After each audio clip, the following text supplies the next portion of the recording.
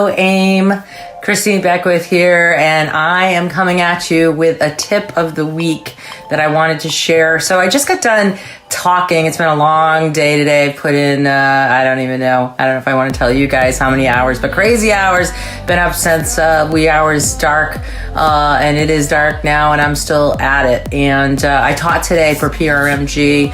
Tomorrow I'm teaching for Guaranteed Rate, and of course a lot of consulting and coaching in between.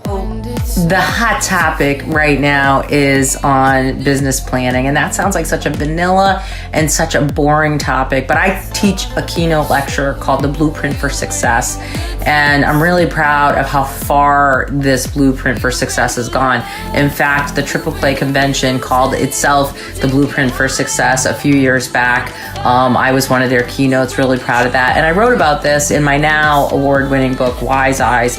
And so the tips I want to give you guys are this.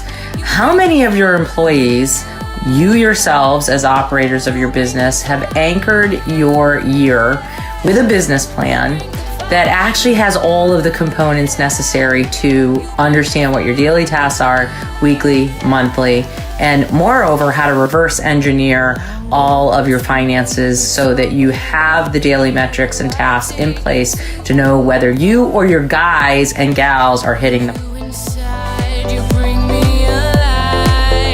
I know it sounds so fundamental that you would obviously be doing this, but I'm going to tell you, so many people start with a business plan and don't follow it all year long. They don't consider the obstacles or hurdles, which is part of what I do in the blueprinting. They don't consider what the key stakeholders are, the people that are vested in the interest of the success of the plan. And they also don't factor in enhancements that can be helped, how to accelerate, put nitrous in the engine of your sales in the way of technology or in the way of training or coaching like I do, and other aspects. And there's a lot of other things that aren't considered that lead to failure in business planning.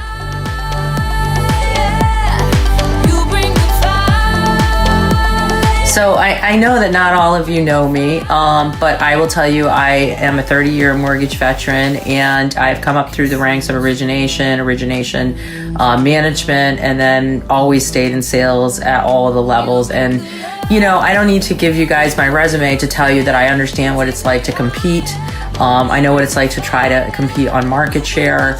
And I add this because I, have figured out that when you anchor yourself with daily activities, weekly activities, and you have somebody that holds you accountable and measures it, and you actually do the measurements of success, which, by the way, there are 3 laws in accounting of measurement of success. Do you know what they are? Well, I'm going to give them to you.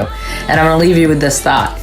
There are 9 steps in the Blueprinting for Success business planning that I've had massive success. Took a team from last place to first place in 16 months, 125 loan officers competing against 13 other market area teams. That was early in my career. I've reused this blueprint the entire 30 years of my career to much success on an individual level as originator and all the way up to the ranks of senior management.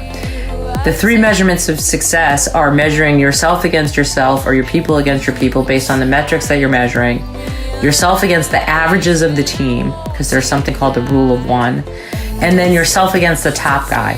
So if you anchor all the people working for you and yourselves and your branch and your brokerage in these ways, you will always constantly be able to measure whether or not you're hitting the plan. And I'll end by saying, if you don't have a business plan, if you are totally operating with best intentions, and every single day you're leaving work or your home and headed to work, and you just have best intentions, you're going to get whatever those best intentions give you. That isn't to knock or say that any of you don't have innate selling, competitive, and high qualities as leaders. But I promise you, based on a Harvard University study that I know very well, that the 13% of the MBA graduating class in 1974 that wrote their net worth and what it would be in 1994 ended up representing 80% of the wealth of the overall class 20 years later.